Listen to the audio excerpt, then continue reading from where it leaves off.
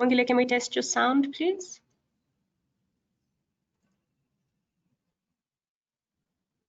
I can't hear you. I am on mute. Hi. Perfect. So we're going to give it 1 more minute before we start. Okay, are we live or are we holding or on hold? No, we're live. Okay.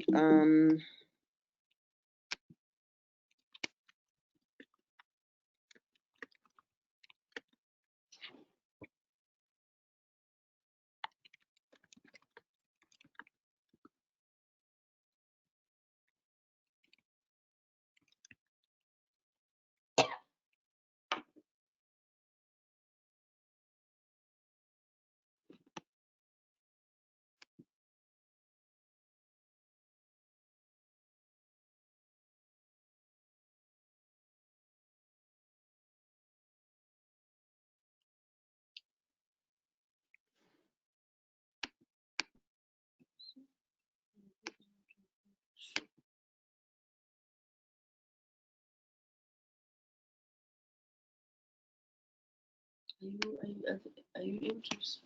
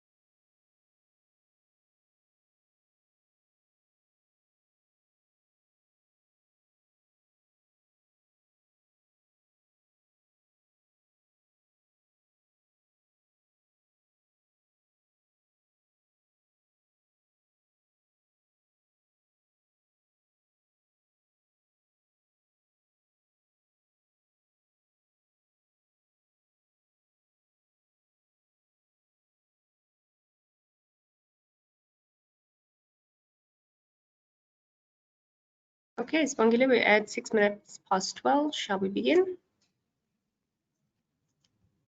Yes. Let us do that. Welcome everyone. This is a meeting.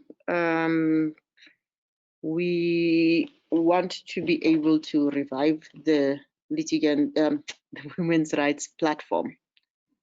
The idea behind the platform, just by way of introduction, before I think all of us who are here, we should just spend time introducing ourselves, and then people can come back and actually say what they need to do. So I'll just speak briefly about the... Your camera is not live, so would you mind activating your camera, please? Okay. Perfect. I'll be quite brief about what we are trying to do here as the network, as a platform, and also get a sense of what brings people here. We started developing the platform a number of years ago, and it has, for the most part, not been one of the most kind of effective kind of platforms or spaces that we have created. So on one level, I think we need to do a little bit more work in terms of building what this space can do, and also kind of building trust of all the other people who signed up in the beginning. We basically had no capacity to convene the space.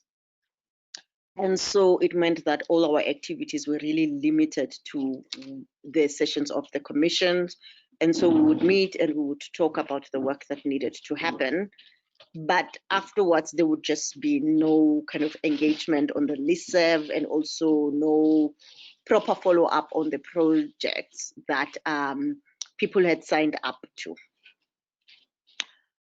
What we are trying to do is to basically reactivate this. So this is the first kind of meeting. So we're quite happy that 10 people are able to attend, because I think we were quite realistic about our expectations, because there is a lot that we would still need to do in order for people to trust that the space is capable of doing what it intended to do. The work that we wanted to do with the platform was a lot. It was a very ambitious space, but it was about making it clear for ourselves what it was that people who were doing women's rights work were doing at the African Commission. So the first thing was about creating a space for advocates, women's rights issues, where we are able to collaborate and also able to work together in order to be able to support each other as we do advocacy at the African Commission. So it's a space that facilitates and nurtures collaborations on women's rights issues. The other thing, so it's to enable people to explore using the Commission's mechanism to advance women's rights advocacy. So we know that there are people who come to the Commission, whether for the first time or however long, and they do not know how the Commission works and how its mechanisms actually work. That we would partner these people with our other colleagues that are doing, whether it's introduction to the communications procedure or introductions to the mechanisms of the African Commission or introduction to the African human rights systems broadly, because these are all sessions that are available so that people come to the Commission and they are very clear about the kind of advocacy that they will be able to do, and then they go about doing that.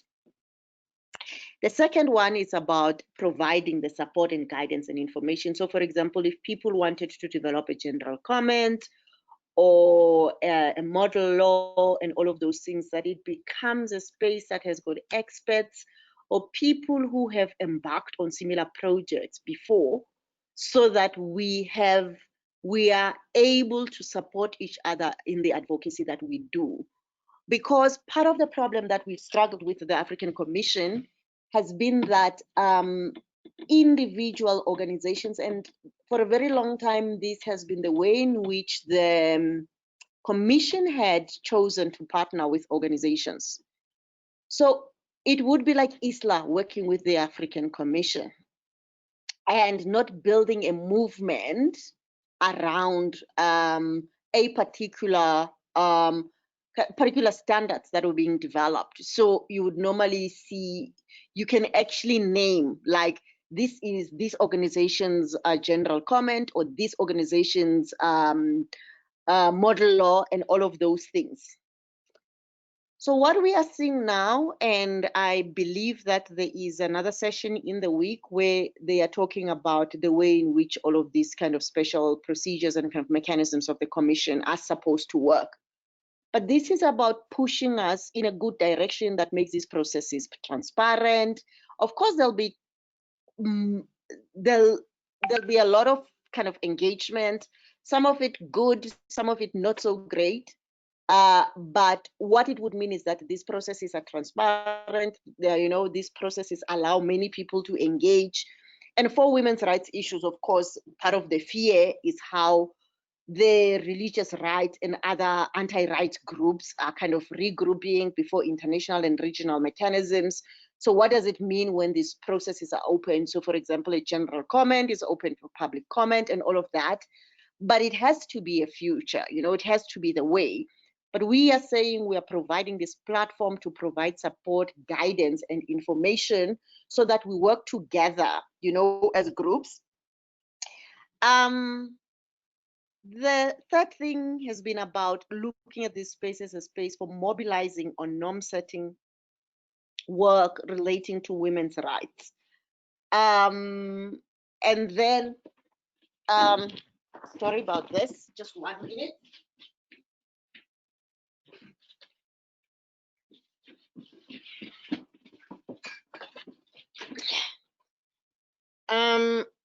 The third one is to foster collaborations with like-minded groups to amplify the work, attract new partners, and disseminate human rights standards that are developed. if we want to make this connection between regional work and domestic or national work, we needed to keep these two spaces kind of connected. So what happens when a general comment or a model law or whatever is adopted by the commission, but there are few people who understand it? What becomes the impact? What's the social change that comes about as a result of those standards being set by the commission? So we wanted to do this work in such a way that it allows us to work together, to think about the dissemination of these standards, to think about ways of implementing the standards, and to be able to kind of come back. If you look at the work of the SOGIES group, the other group that is meeting right now, you'll be able to get a sense of how this has happened. So over the years, there has been consistent monitoring of the implementation of Resolution 275. And this is something that we think with women's rights work, we need to be able to do that so that it's not like, okay, fine, there's a general comment, it's like tick box, but that we come back to make a case that it does matter to engage with the mechanisms, and it does matter to develop these standards, because this is how they have been utilized in various fora. So basically to be able to map the traveling of these standards that are set by the commission. The other thing is how we engage with the Special Rapporteur on the Rights of Women to explore collaborations between the mandate holder and civil society formations. And this is linked to the other point that I've said around in the past, how the Special Rapporteurs have really worked with specific or individual organizations on specific projects. And that part of this is to say, whilst it is fine, you know, to have people, and that's how work normally happens in various things, that you have people who are providing leadership, it's also important to make sure that a broader constituency is involved or it's engaged. So part of this is to find out where we can support a civil society, and then explore kind of other collaborations, because sometimes we just find out that, oh, there is a standard that has been set, or there is something that has been developed, and no one knows, you know, that the Special Rapporteur had been working on something like this. So it's important to actually have that relationship with the mandate holder, so that we have a sense of what's happening, so that we are able to do work, and also just to make sure that we are not fragmented and that we are not duplicating efforts.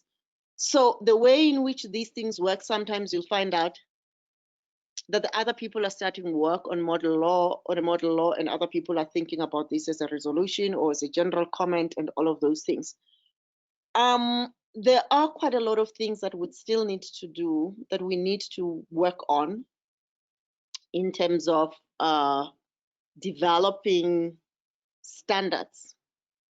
But this could be the space where we are saying, what are the normative gaps, you know, in the African human rights systems?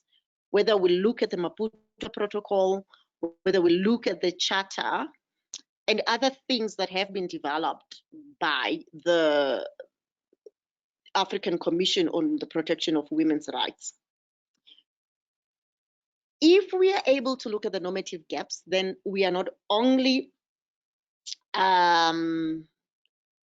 developing norms or standards because we can, but we are doing this because there is a very clear gap, and that it makes sense to actually close this gap. And there is some consensus around how the gap is going to be closed.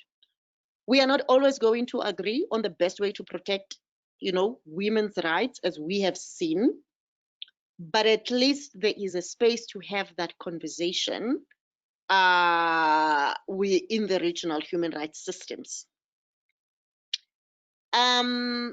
Finally, we see this as a space to support kind of groups that would like to litigate if there are cases on women's rights, so to be able to provide pro bono legal support to all those who want to file cases. If you do know, we actually don't have a lot of cases on women's rights before the African Commission. 2013 was the first year we had a case on women's rights. I'm not talking about a case on specific women's rights, I'm talking about a case on women's rights broadly.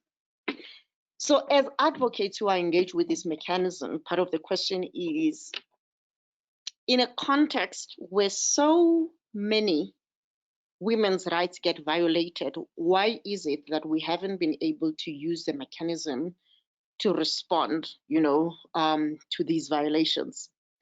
So we see this as a space that actually enables collaboration to happen, starting from supporting cases that are pending before domestic courts so that people understand what it means or look like to exhaust domestic remedies, and also to help partners who are doing shadow reports to be able to highlight those issues of women's rights violations.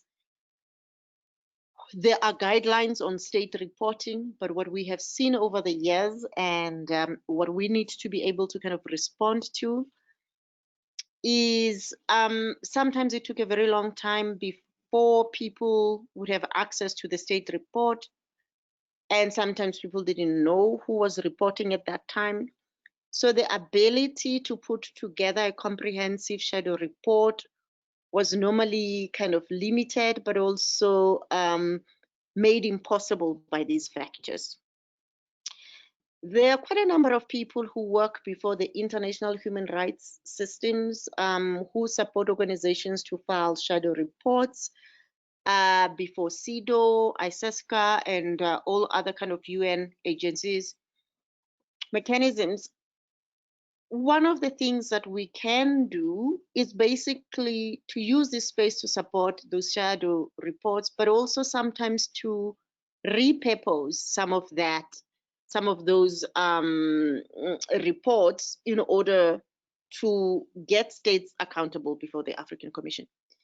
So basically, the big thing that we imagine the space is able to do is simply that we want to be able to collaborate, to support each other so that we are able to maximize the time that we spend at the African Commission, but also that we are able to do work intersession in order to advance, develop better protection for African women before the African Commission on Human and People's Rights.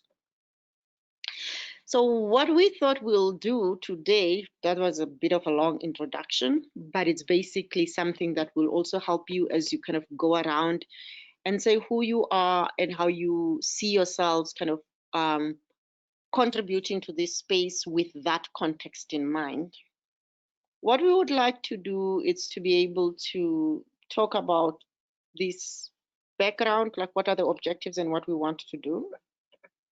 And that from there, collectively, we say the things that individually or otherwise we will be able to do together or contribute, in other spaces, they call it the gifts. What are the gifts that you bring?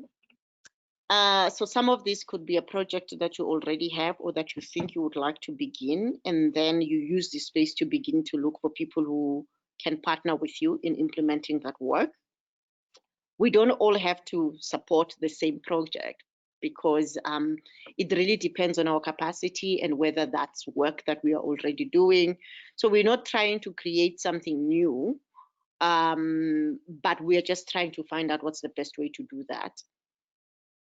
And then what we would like to do is to basically agree on 3 or 4 priorities that we could say when we come back in a year's time, these are the things that we are working on, that we have worked on in the African Commission. Tiffany, I am not able to see who is here or who is not here, but there were other people who had said they'll be able to kind of present. But because this is not a big group, I think maybe what we can do is to kind of go around and get a sense of who is here, and more importantly, like what brings them kind of here. Of course, is to hear about what we have to say, but some kind of initial ideas about whether people think that they'll be able to contribute. And the ones who were part of the initial conversation, who have been asked to do a presentation about their organizations and also the kind of work that they want to be able to do here, then can also use this opportunity to do that. But yeah, that's where I'm going to stop about what this space is for and what the objectives of the space are, and then so that we can hear what other people have to say. Great. So I've unmuted. Everybody has the opportunity to unmute themselves. And I posted in the chat box an apology from Fadzai, who said she's really interested, but she had to leave this conversation, but she will reach out to you specifically, Sibongile. So we could either I go through the list, and as I go through the list, people could introduce themselves or people could volunteer, whichever you think is more efficient for our time.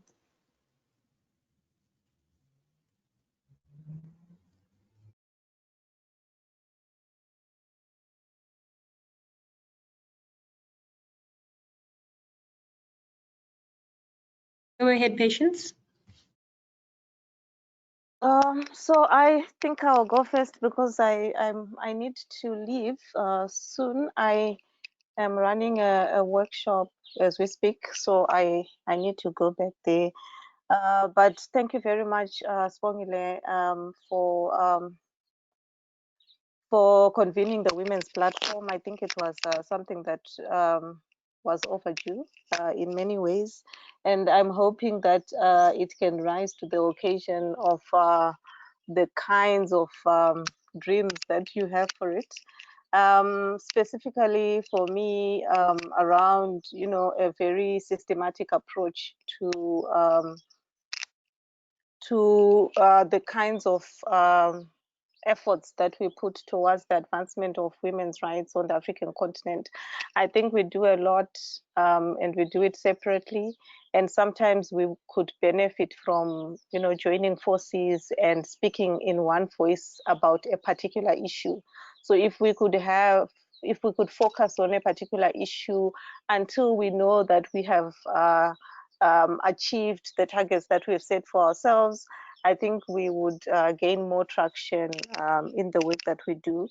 And then, of course, also, even just as a basic vehicle for information sharing, I agree with you that so many times you hear that something has been developed, and meanwhile you were trying to raise funds to do similar work, or you had already started efforts around similar processes and so forth.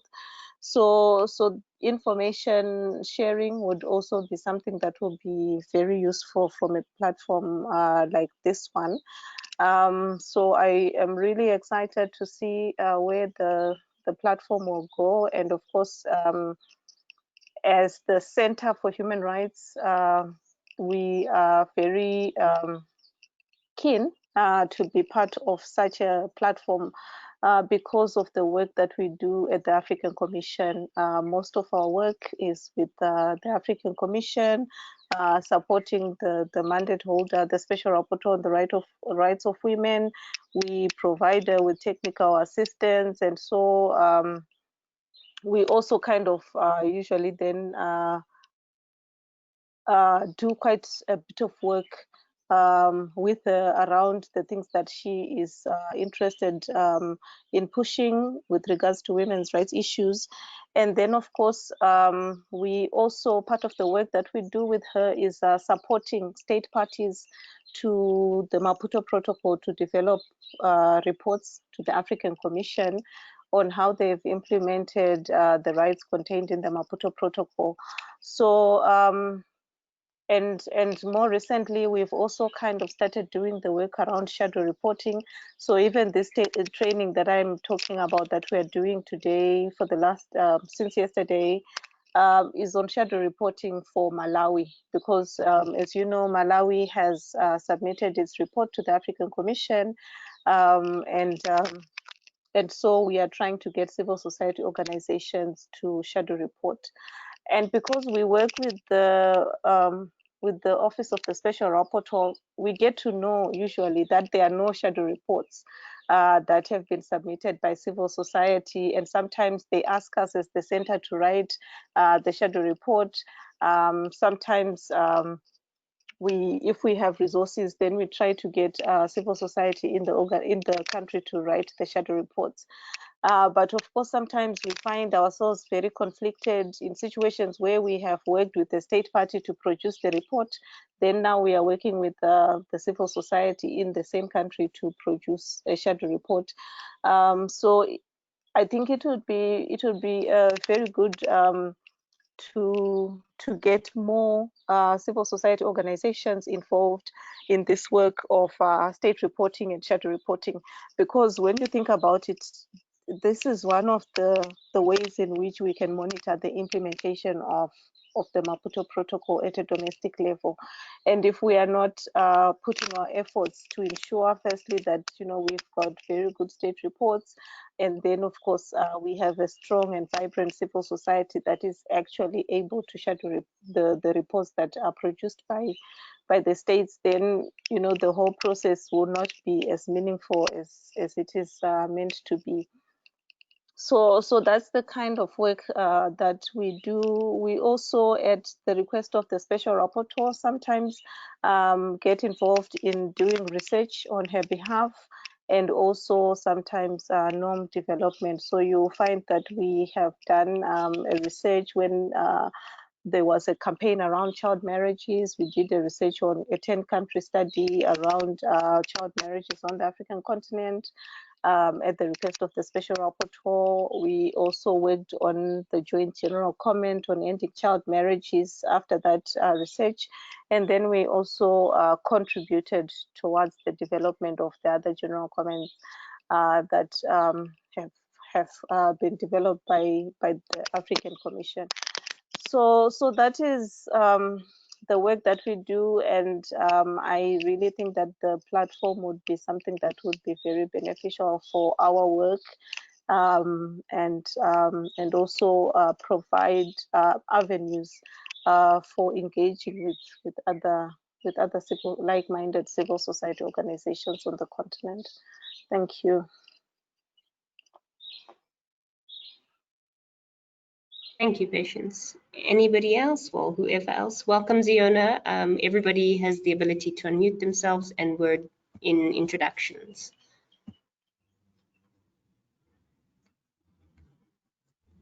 Hannah and Alejandra, both of you have unmuted. Okay, Hannah, go first, and then Alejandra. Oh, thank you so much. Yeah, just very briefly. So my name's Hannah Wilson. I'm here from Women's Link Worldwide, which is an international human rights organisation which uses the law to promote the rights of women and girls. So yeah, we're really excited to have been invited to this conversation, and thank you, Sibongile, so much for your kind of introduction of what we're hoping to achieve, because I think it sounds fantastic. Yeah, Women's Link, as I say, is an international organisation, so we work in Latin America, in Europe, and also in Africa.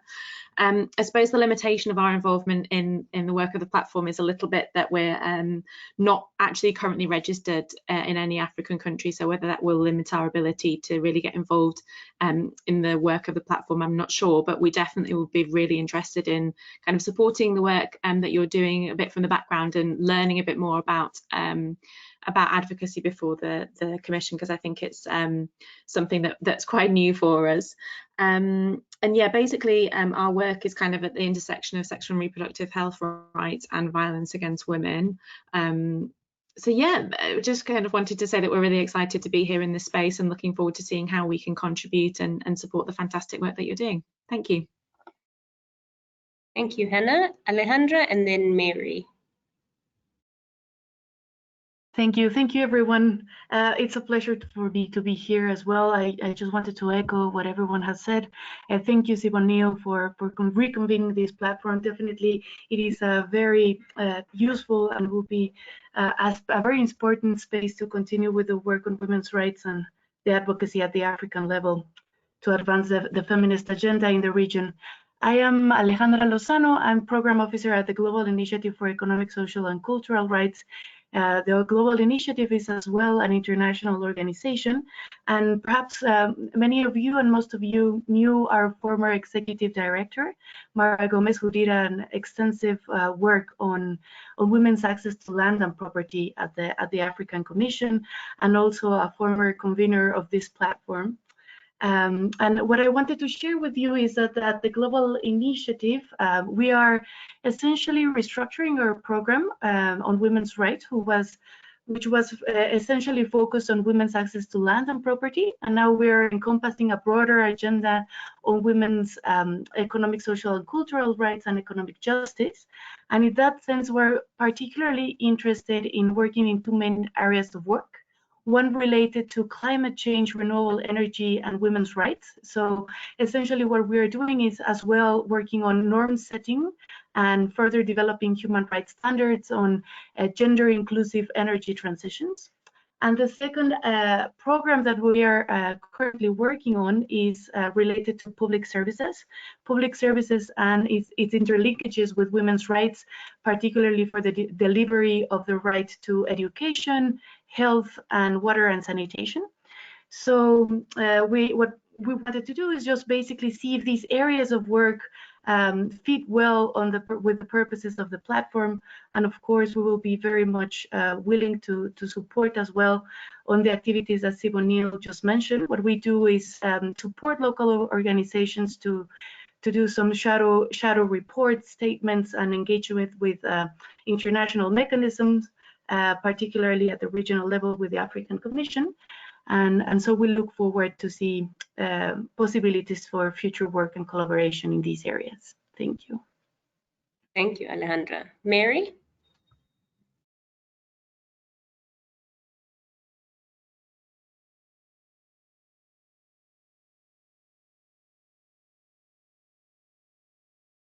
Mary, are you able to unmute yourself?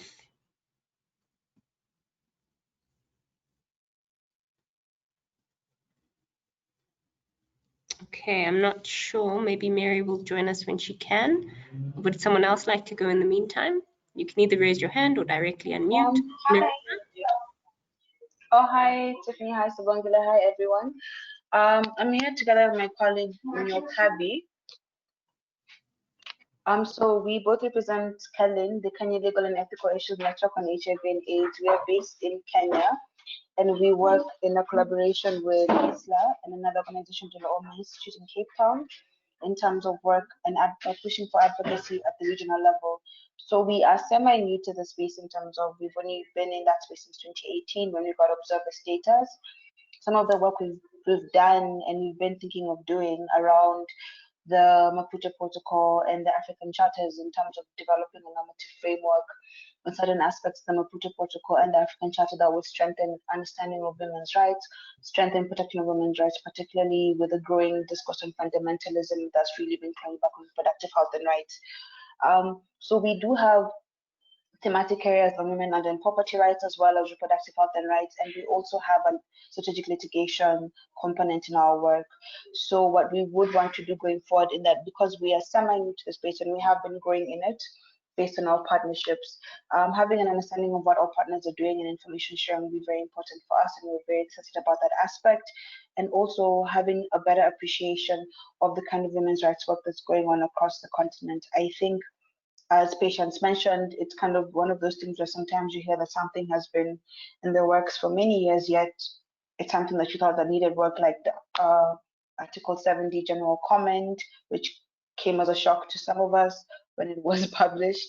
So that's some of the things that I think this platform can be very useful in, and also in terms of deciding on how we can have collaborative relationships. So really have one with ISLA. We're happy to have on with as many other organizations as possible, because we have reach nationally within Kenya, but also we're trying to expand our reach regionally with the African Commission, and we also have some partnerships sub-regionally, and that can be very helpful in growing the discourse.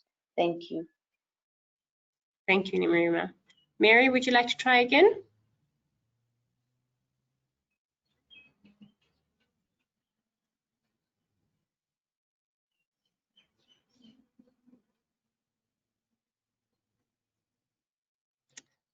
All right. I don't know. Would someone else like to go in the meantime?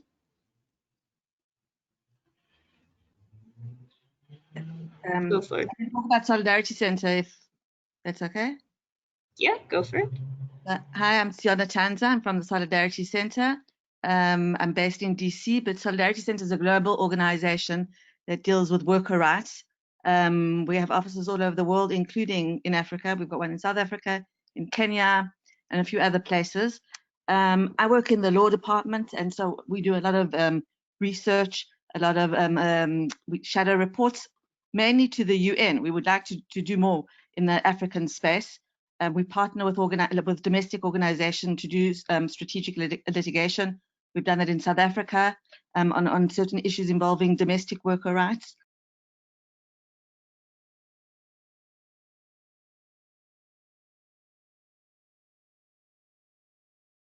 Sorry, Ziona, can you just unmute yourself again?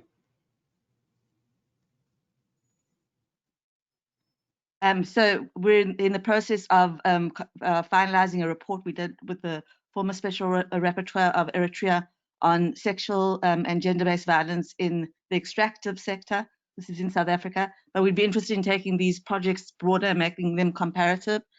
What else have I got? We're doing workshops on sexual harassment and gender-based violence with an organization called ASHI. I don't know if they're in the room, which in different countries in Africa, with the aim to try and get some sort of model law passed in the African Commission. We're fairly new in this space. We've been trying to get more involved, and we welcome the ability to do that through this platform.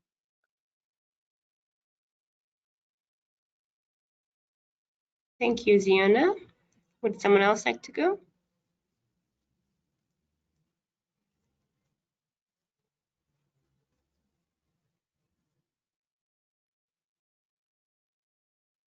Irene, would you like to go?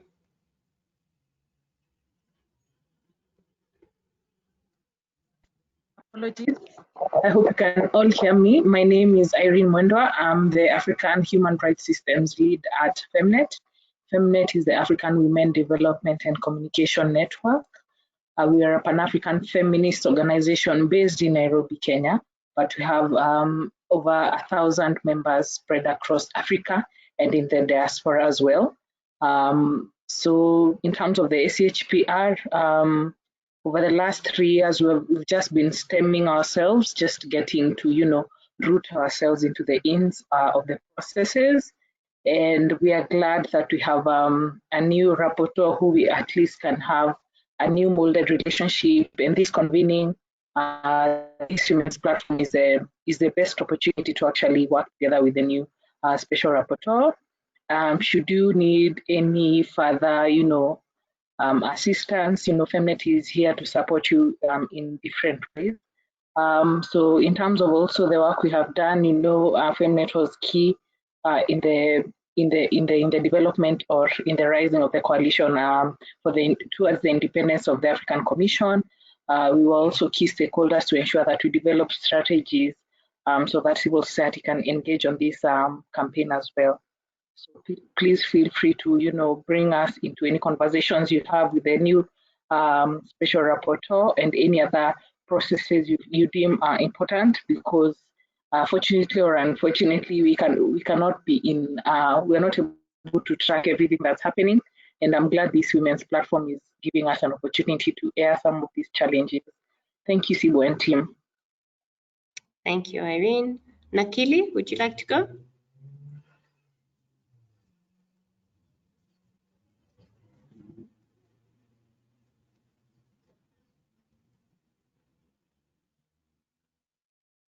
Or Nyokabi, you could also go.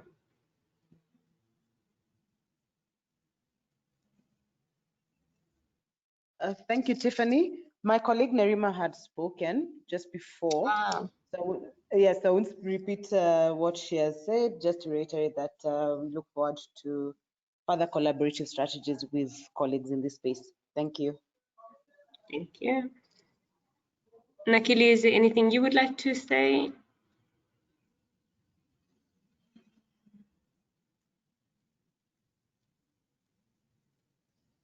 Okay, I'm going to assume silence means no for now. Sibongile, would you like to come back on? We've gone through almost all of our attendees. Okay, thank you very much, Tiffany. So thank you very much for that introduction. As you have heard, we have a number of global organizations and a number of regional organizations that we have invited into the space. We have Kelin, which is the kind of national partner or organization in this room. And the reason for that, it's basically to be able to leverage on people who have kind of national partners that they are able to support so that their work has continuity, but also that there is something that makes sure that people can actually see the value add of engaging with the mechanisms. I think for a very long time, we have often struggled to have national partners who are able to do the connecting of taking the local issues to the regional mechanisms and vice versa.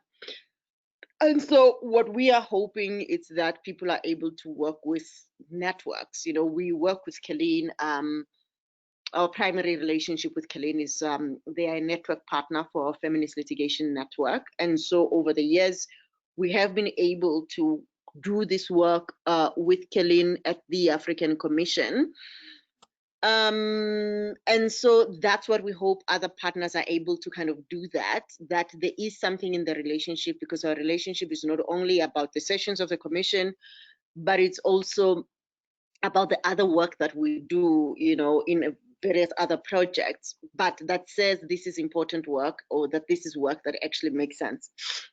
So part of kind of getting the regionals and the internationals is to be able to kind of access membership so that we are able to make sure that information is shared. During these events, I think one of the things that keep on coming back is that we seem to have perfected the art of talking to ourselves, you know, as people who have got access to information. And we talk to ourselves to such an extent that even when we do something that's supposed to be for public dissemination, it's still something that does not reach out, you know, to people. I just remember of a study that the World Bank did some years back, because they started tracking the documents or the reports that they sent to people, just to be able to see how many people who are in their databases actually open these reports that they send. And of course, it was quite shocking, you know, that very, very, very few people actually do that.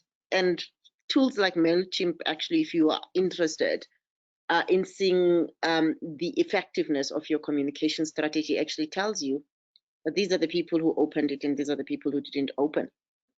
So what we wanted to do was to ensure, or to make possible, that the work that we do at the African Commission does find some resonance or is able to get to local partners, and that the work that they do at the national level, they feel that contributes somehow to the work at the African Commission, because we have struggled over the years to think about ways of closing this gap. So it's either you are a regional or international human rights systems actor, or you're a domestic actor, but the traffic doesn't seem to be able to connect. So what we would like to be able to do, I think what we have heard is the various thematic areas of work. So violence against women has come up, women's socio-economic rights has come up, issues of labor have come out, SRHR has kind of come up. And so what we are hoping for is to be able to identify more organizations that have got various thematic leads, you know, in this work, so that we can at least have organizations that are able to anchor, you know, this work. What we see ourselves doing is not necessarily kind of leading on projects, but facilitation or the creation of this space is the role that we see ourselves playing. And also just making sure that there is support for the various work. So being able to communicate about the work, being able to make sure that there is coordination of the various kind of projects that are happening here, and that people are obviously doing what they are saying that they want to be able to do.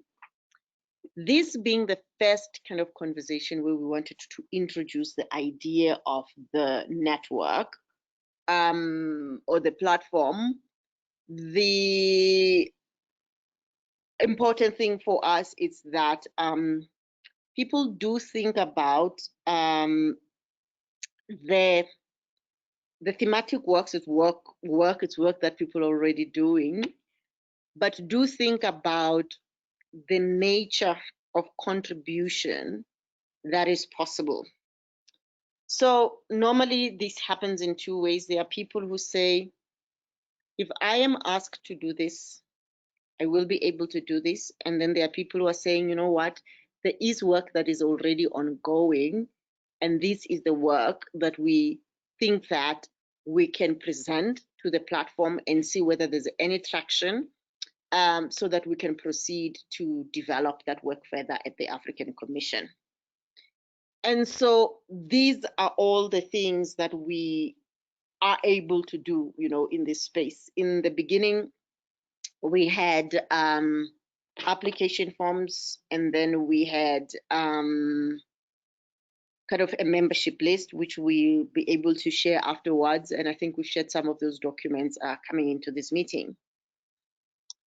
But we will kind of review those documents. And so what we want to be kind of certain about is these two things. The clarity on the thematic area of expertise that people are interested in, and also the skills set or the gifts that people would like to bring to the platform. That, for example, if you are looking for someone who can support organizations to do shadow reports on these issues, we are the organization that you are going to be able to do that, right? Or if you are looking for people to do a briefing a briefing document on a particular issue on SRHR, if we have like 6 months lead time or 4 months or 3 months, we actually do have the capacity to actually do that, or it's work that we have worked on. These are the things that maybe this organization will be able to hold. So the thematic issue, the kind of clarity on that, and also the kind of things like, I'm amazing with communication, I'll do communications for this. That's an example, I'm not.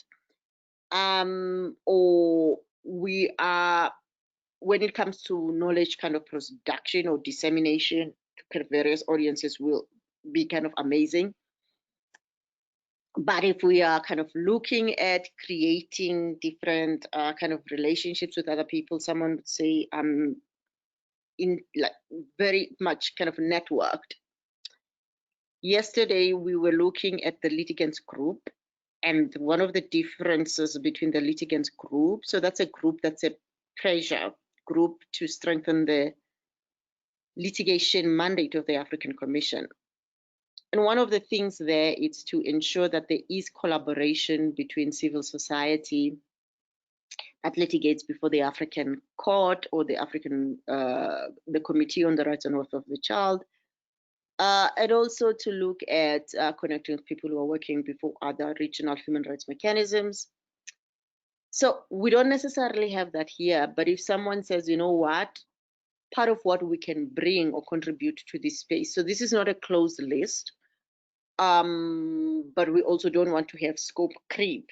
But at this stage, what is important is that people say that this is the work, you know, that we can do at the African Commission, and this work kind of makes sense if this is work that the organization is already doing, so that you can repurpose the information for a particular thing. Maybe it's kind of research that can inform the development of a model law or a resolution or general comment and all of those things. So we are not asking people to invent new projects, but we are saying if there's something that you can actually look at that you think actually makes sense, because there's such a lot of work that people do that ends up just being reports for them. But we want to be able to use that in order to kind of inform the development of kind of standards, the African Commission, and also to, so we're informing the development of standards, but just making sure that more people actually find out about the work that you are kind of doing. So in this way, we as the platform are able to benefit, but also you are also able to meet some of the stated goals in your projects, you know, that this is how you are engaging, or this is how you are showing up as part of your field engagement in civil society in doing this work. So we would like to have more people who are bringing gifts into this space, and also who are able to say that these are the thematic areas of work. The other thing is the work around utilizing the mechanisms. There are various people who have skill sets who are skilled in doing shadow reports, in developing resolutions or general comments and all of that. These are some of the things that we would like people to be able to mention. So it's not only the, I'm a good drafter or I'm a good communicator, it's basically to also see the things that are required, you know, the African Commission or in this space that we are trying to create. And then finally, one of the things that we would like to hear about is if there are programs that or projects that could be developed from scratch. So right now, what we think is important, it's basically to build on work that's already happening so that people are not starting from scratch, because the platform is not kind of heavily resourced. So it just makes sense that people actually come here with work that's already ongoing so that we don't have to fundraise and do all other things that normally make sure that projects don't proceed. But if there is a need to start a project, you know, from scratch, that we could build as a platform project, then that's something that we can look at. But right now, the idea is to use this space as a space for collaboration and for getting support. So it's a signal boosting or a space for amplifying work that's already happening. I'm not sure who's still here and who had to go, but we had thought that there's work that's already happening, and what would be important is just to mention what that work is about, and so that when people are interested in that work, they'll be able to indicate, and more importantly, indicate that they'll be able to support the work or to take that work further. Is Patience still here, or is Patience gone? Patience is still here. I am here. Thanks. I think there were two things. One, Patience, that we talked about, I think, was just the work around the general comment on Article 7D, and I think that there are more developments there. I think Sylvia wrote to us a day or so ago, and still need to respond to that. But basically, how that work is unfolding. So, would you be able to just talk a bit about the general comment as we have discussed, and also what the next steps are in that process? Okay, thank you, Sibongile. So yes, the general comment has been adopted. I know that a lot of people feel that, you know, they were blindsided a bit with the general comment, and I apologize for that. Maybe our information sharing was not as great as it should be. But you know, the general comment was adopted with corrections at some point last year, and it was fully adopted this year on the 4th of March at the 27th ordinary session of the African Commission.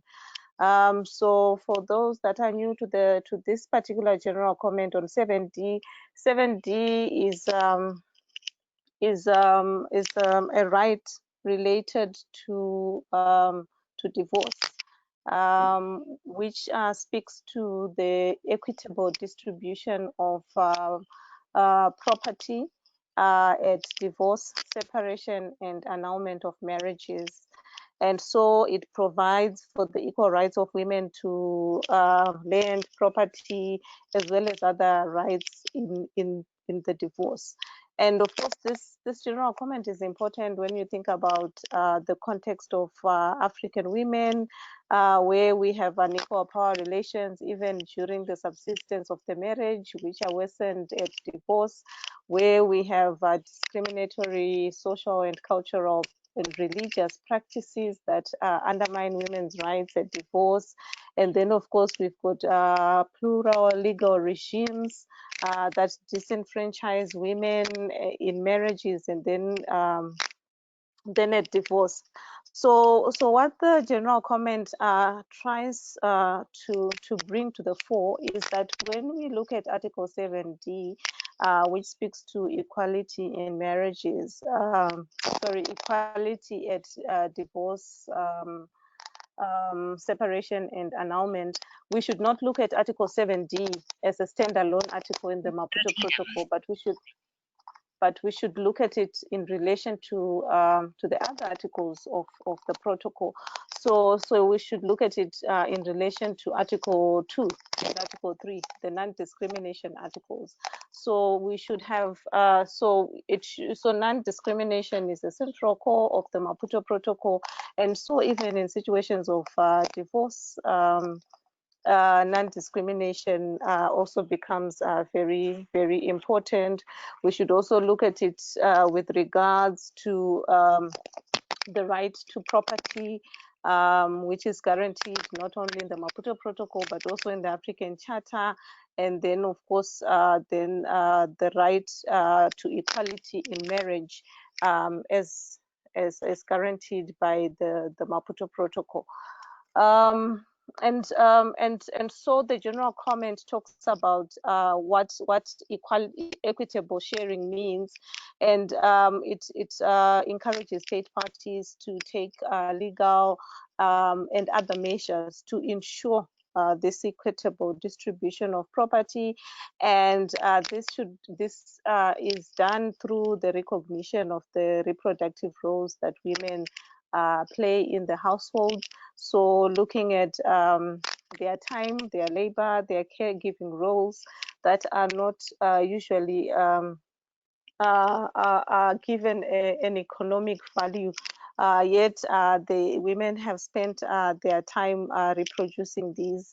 And also the general comment also defines what constitutes the joint property that derives from marriages, and then it also tries to deal with the issue of marriage, protection of women's rights in situations where there are plural legal systems, and also tries to tackle the issue of customary, traditional, and religious practices that undermine women's rights. So I really think I'm really summarizing here, but it then speaks specifically about state obligations. What is the state obligation to ensure equitable distribution of property in situations of divorce? And it calls on state parties to ensure legal reforms where there are discriminatory laws. There's need to reform the laws. There's need to harmonize laws in situations where there are multiple legal regimes, so that they are consistent with the standards of the Maputo Protocol. It also talks about the issue of access to justice and remedies for women who have been adversely affected divorce. It also talks about the need to raise awareness with the relevant stakeholders, including lawmakers, traditional leaders, the women and men themselves, to ensure that people understand this idea of equitable distribution of property.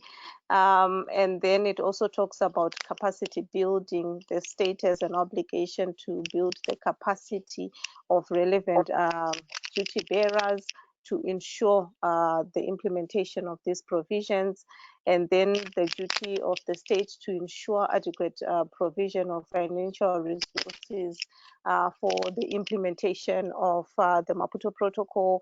And then it also talks about the duty of the state to submit its periodic reports, and in the periodic report actually report on how they have complied with Article 7D, especially in light of this general comment. So in a nutshell, that is general comment 7D. I think it has been shared with all of us to read, and I think as Sibongile noted, we now have it in the 4 languages of the Commission. We received the email from Sylvia yesterday, and so it is ready. What is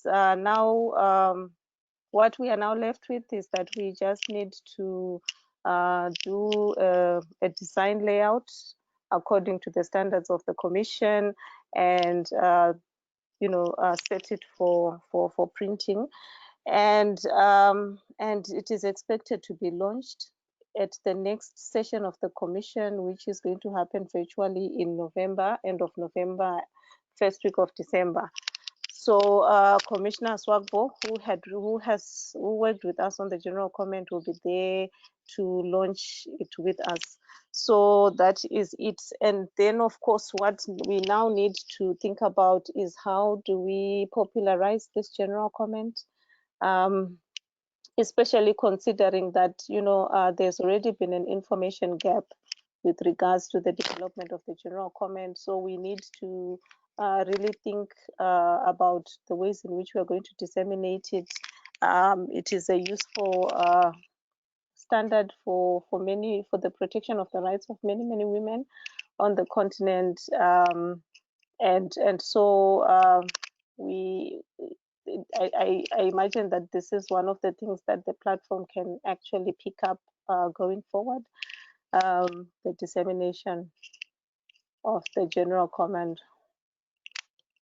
So that is the work on the general comment. I know I summarized it quite significantly, but I think you have it. It's not a long document. It's about 20 pages, the English version, so it's easy to read. Thank you very much, Patience, for that summary.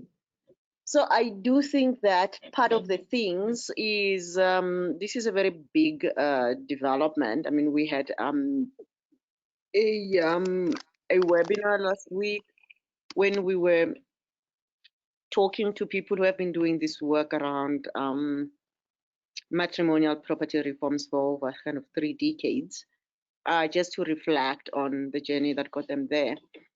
So I do think that one of the things that we need to be able to do, and this is also capacity related, is to think about a dissemination plan, because what we know is that it's been translated and it's going to be launched.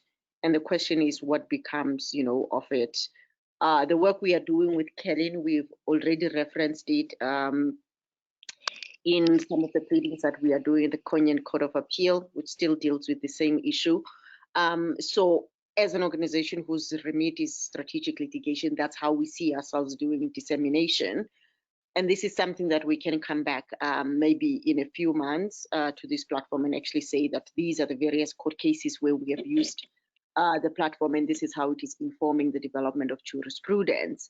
So this is a call, I think, for people who are working on this issue or people who have any interest in this issue to help inform what the dissemination strategy for the Maputo Protocol is going to be, because I think there's a huge gap that's there on what happens after the translation as well as the launch, just making sure that it makes an impact where it is supposed to. So whether this becomes a joint project from people doing this kind of advocacy or however it works, but what is quite clear is that it is something that needs to be able to go beyond the processes or the steps that we have had about. And so this is just, I think we can just kind of park it there unless other people have ideas, maybe in terms of open it up to hear if there are other people. I think there are very few people here who work on women's land and property rights. But if there are people who have got other ideas around what dissemination of the protocol could, of the GC could look like, that would be good to hear from them.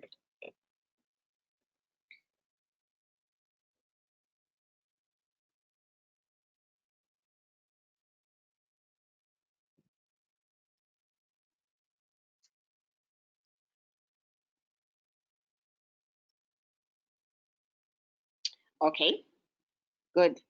So let's move on from there. So thank you very much. Sorry, Alejandra raised her hand. Alejandra, okay. do you want to say something?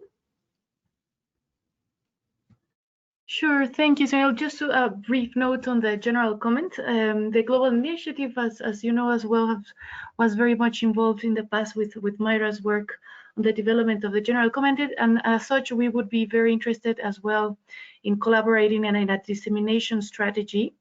I don't know if other organizations would be interested, but we talked before about the possibility of publishing a press release to further disseminate the content of the general comment.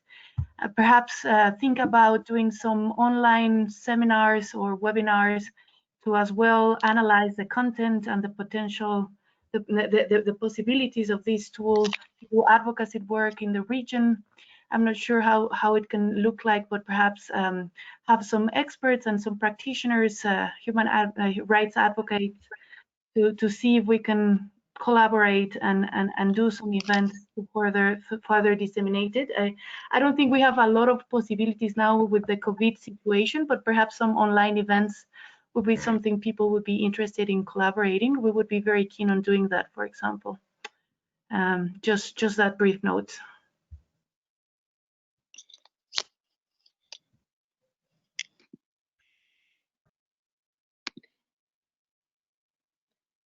Right.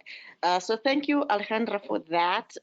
So I think we will follow up with both the Center for Human Rights as well as GI on what kind of dissemination kind of looks like.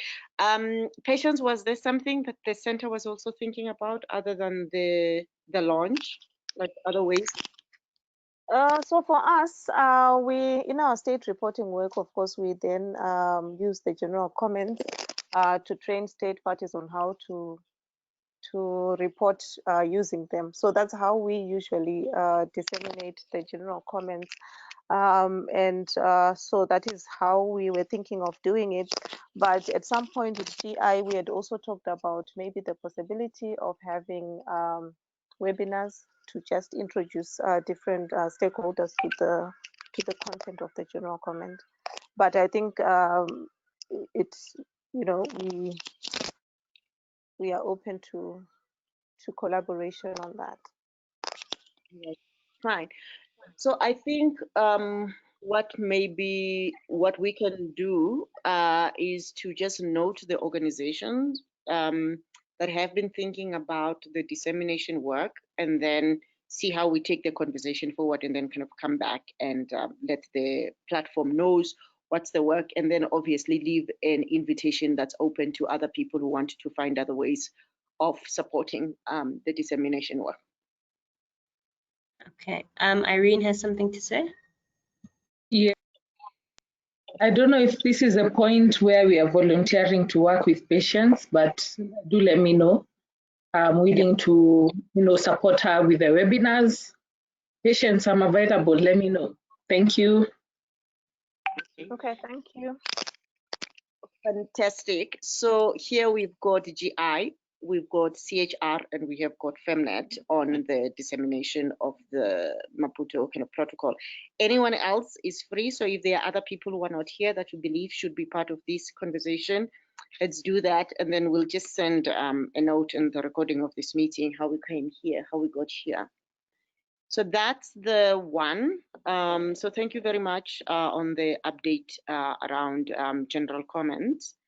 7D, in our conversation with Ziona, I think Ziona, there is work that you'd already kind of started doing and kind of putting it like kind of potential projects that could start at some point.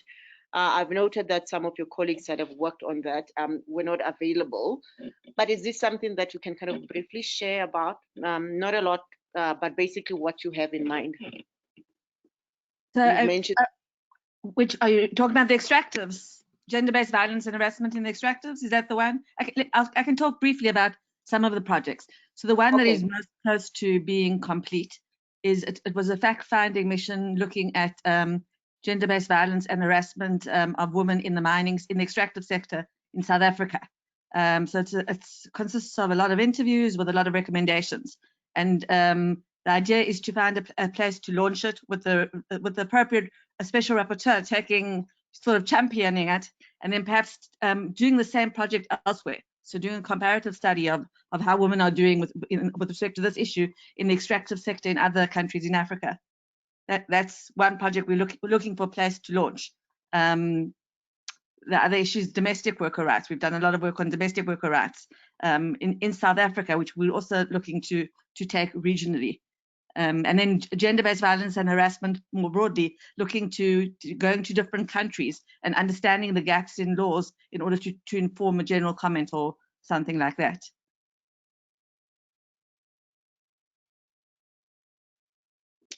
The work on extractives, I think, is interesting because we do have a working group on extractives, the African Commission, and I think when there is a thematic focus, it would just be able to see the ability to be intersectional, you know, in the way in which they do that work.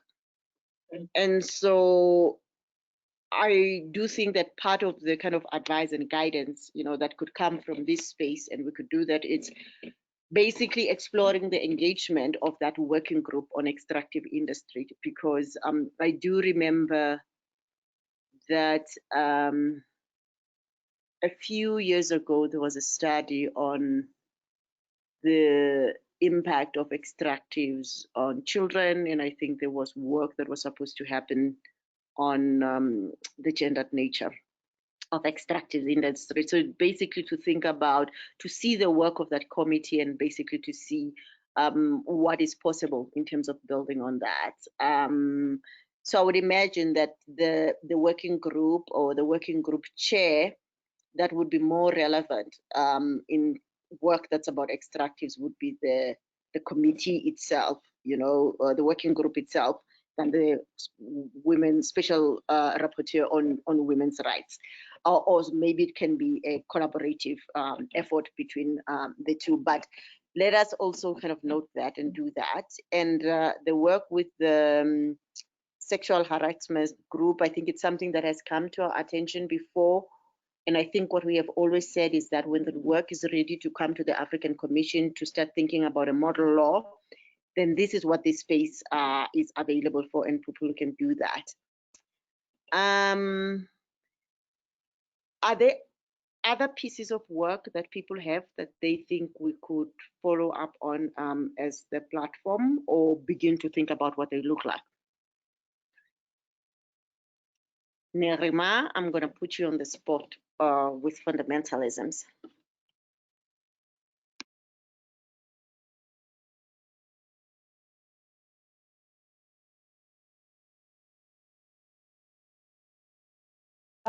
Sorry for that. This took a while to find my button. Okay, in terms of work and what it looks like. So I think we have a number of things, but let's focus on fundamentalisms for this conversation. So in terms of our national context, we have seen a growing opposition to women's rights, taking the shape and form of morality, family values, and family values discourse, morality discourse, and generally finding a discourse around the unborn child or family values to limit either women's rights or SOGI rights or the rights of children broadly. And as we've continued to follow these trends within Kenya, we've seen that they're quite similar going on in other countries as well, including Ethiopia, Nigeria, Ghana, Uganda, and South Africa. So it's quite clear that this is not like a spontaneous thing that's happening within Kenya. It's not something that's really part of the growing politics of Kenya, but it's a concerted effort by certain fundamentalist groups to push a specific narrative. And while at this stage, the way it's framed, you might actually start to see valid concerns around the rights of unborn children or religious freedom. But when you unpack it a bit more, it becomes understood more as either a threat to democracy, a threat to the gains of women's rights, and a threat to the way that we govern and the way that we develop our social contracts informed by where we are.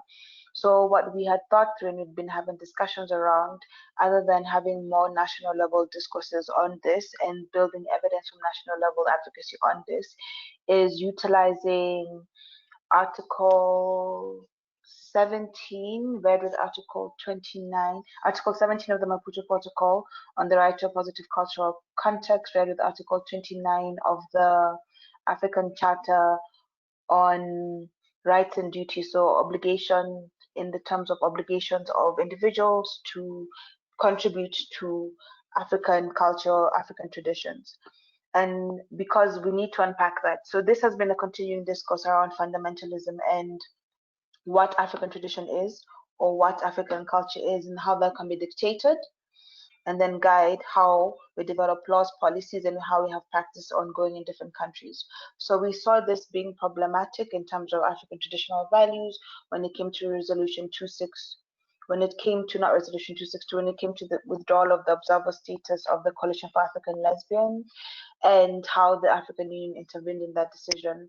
Now, going forward, we wanted to say if we're going to use African tradition as the base for which we say this is what it is, this is what is our standard for how we engage as people with our states and as states with each other, then we needed to have more definitive language around what that looks like, particularly within the context of the different cultures within the continent, and then also the fact that culture is continuous and it's developing, and then considering the fact that we needed to also leverage on the need to have a positive cultural context, which then would mean this obligation means that you can't just decide this is what culture is, make it static, and then utilize that to claw back on democracy or to claw back on the African Commission's powers.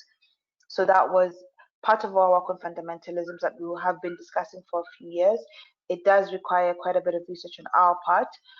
We do have, to some extent, a little bit of funding around engaging with the Commission, engaging partners on some of this work, but that's usually during the Commission sessions. We are happy to continue to develop thinking around this as well as look for funding around bolstering some of the more heavy research aspects of this, engagement in country, and probably engagement with the Commission. And thank you.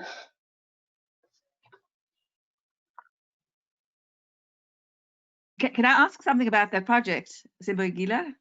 Of course, please. So I'm linked to this, the extractive project.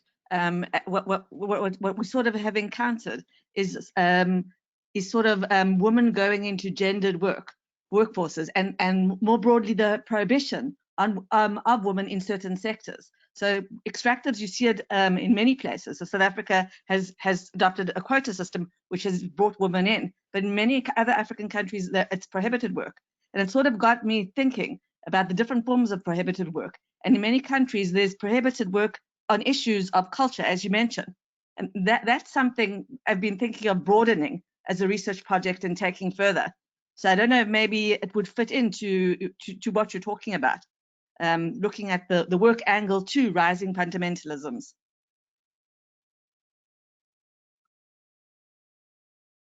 I believe as a normative question, it could probably fit in. in terms of if we discuss it within the context of Article 17.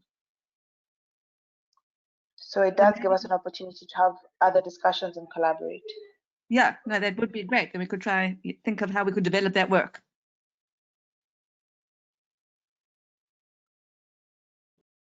So this is work that we are also very much interested in, and with Kelly and other organizations, we'd already kind of started developing. In fact, one of the things is we have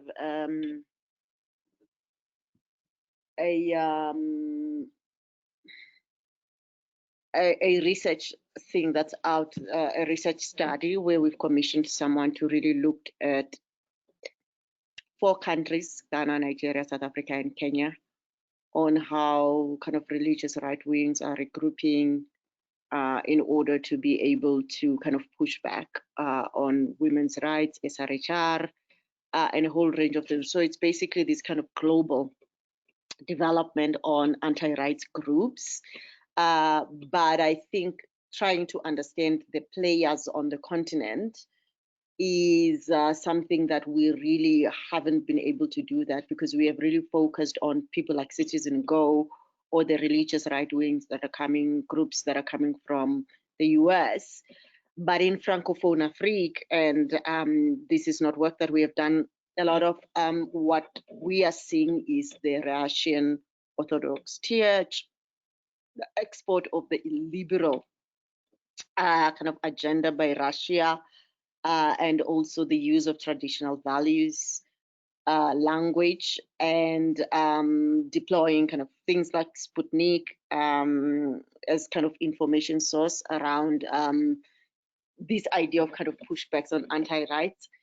So to be able to make this conversation truly regional, I do think that the understanding of how these anti-rights and these fundamentalisms also manifesting in Francophone Afrique, and maybe there could be other ways in which the groups are working, because they are not necessarily connected, but they don't have a genealogy, but where they do meet is on this kind of anti-rights agenda. So I do think that at a continental level, the African Commission can really be a space, even if it's not necessarily to develop standards now, but to think about what resistance or a pushback to these groups that are gaining ground begins to look like. Because whilst the churches, the corporations, and political kind of leaders are the ones who are dominant at national level, we are seeing the people who the anti-rights at the regional level being the member states themselves. So I do think that, okay, so I guess the question here then becomes who also is kind of interested in this. So this is work where we imagine, and we have thought about locating this on Article 17 of the Maputo Protocol to imagine what a positive cultural context would look like.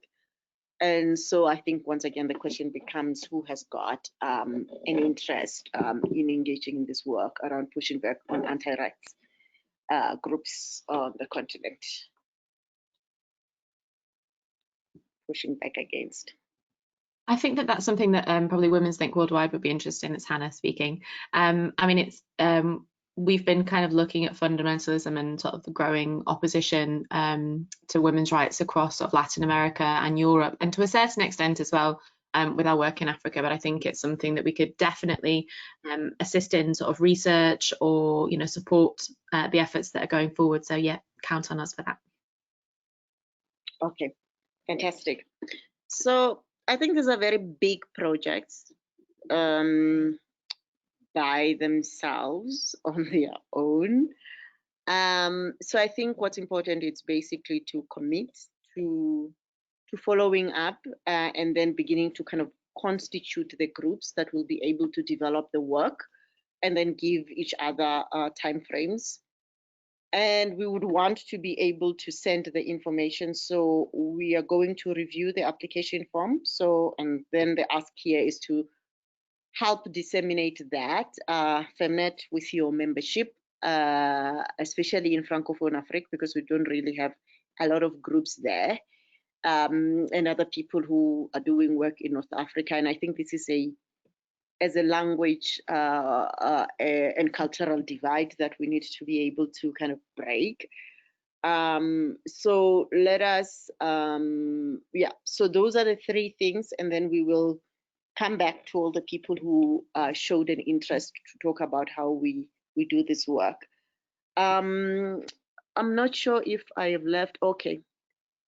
The other thing that I wanted to talk about is a process that's going on, this treaty on vow, which seems to be getting momentum.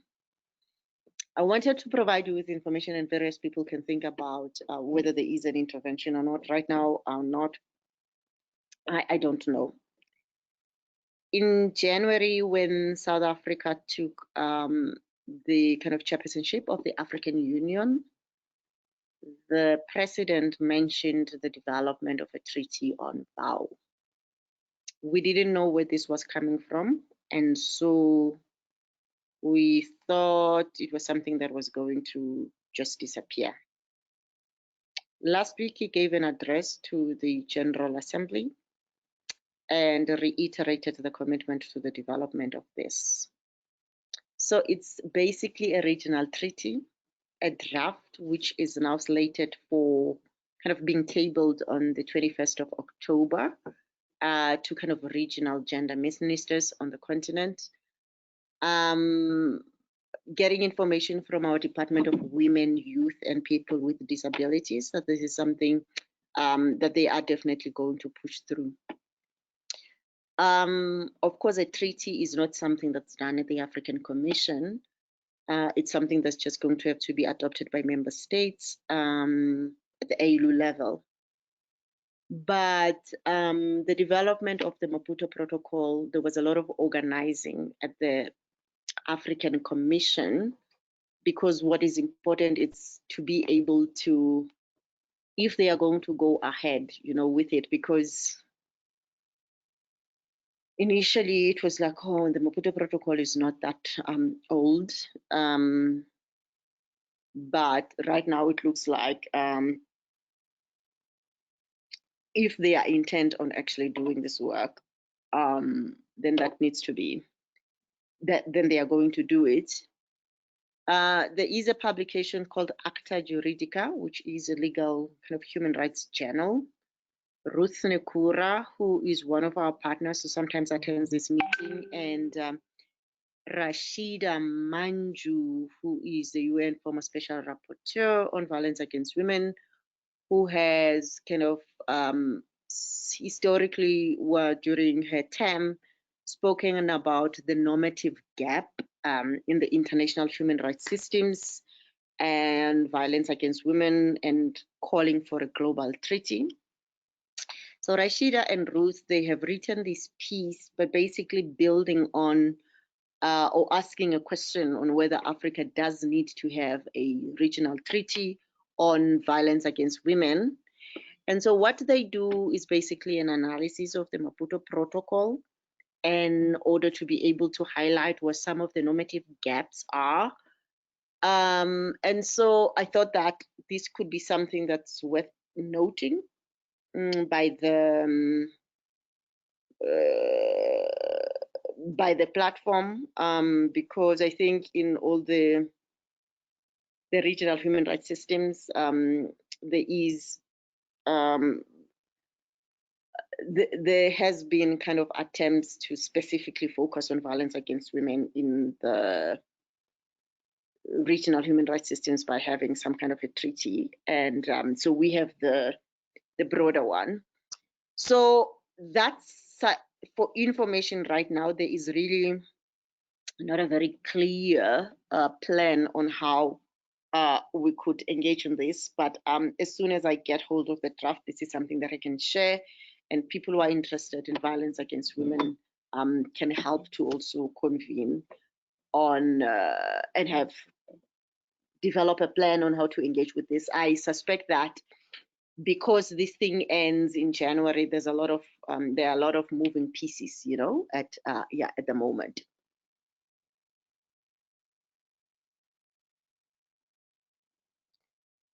So that would be the last thing that I have. Is there anything else, any questions around this issue of the regional treaty on VAL?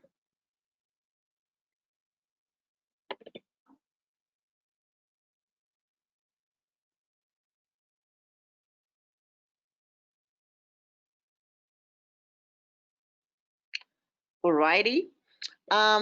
So I'll just have to stop there unless there's something else. Tiffany, over to you again. Thanks. I'm just going to put my email address in the chat box if anybody has any questions or any further comments that I can get back to you on. I have membership forms and other concept notes for the women's platform.